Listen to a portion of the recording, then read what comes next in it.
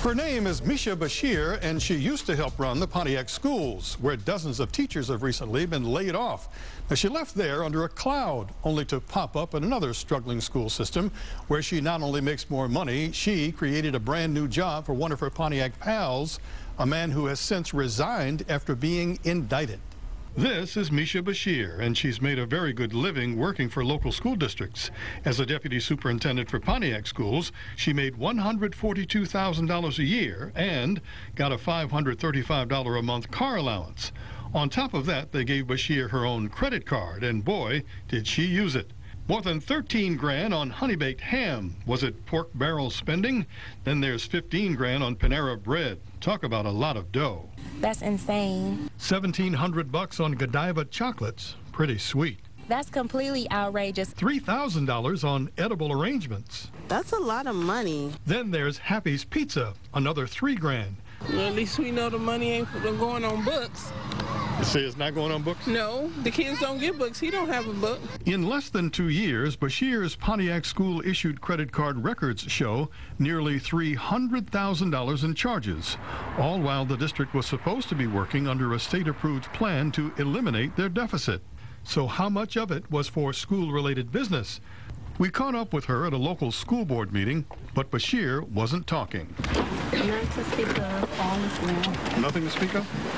In this email, Bashir told us to talk to Pontiac officials about it, but they won't talk either.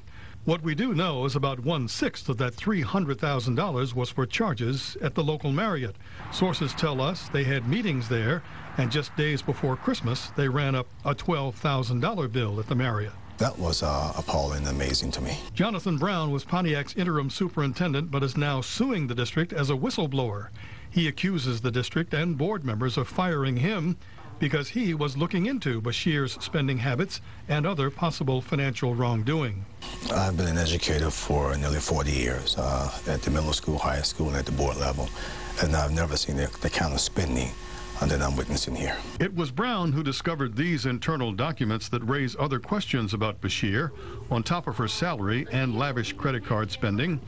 Brown says Bashir collected $41,000 from Pontiac schools for vague reasons not spelled out in her contract. Bashir's pay stubs show she got $14,200 in July of 2010 for administrator additional duties. Just a month later, under $9,000 for extra hours she said she worked. A month after that, nearly $18,000 for additional duties. What duties? Well, they won't say. They're losing. The kids are hurting. Again, Pontiac is a school district that told the state it would get its finances on track. But that didn't happen. And just last month, the school district laid off 40 teachers. 7 Action News was there the day teachers, parents, and kids got the bad news.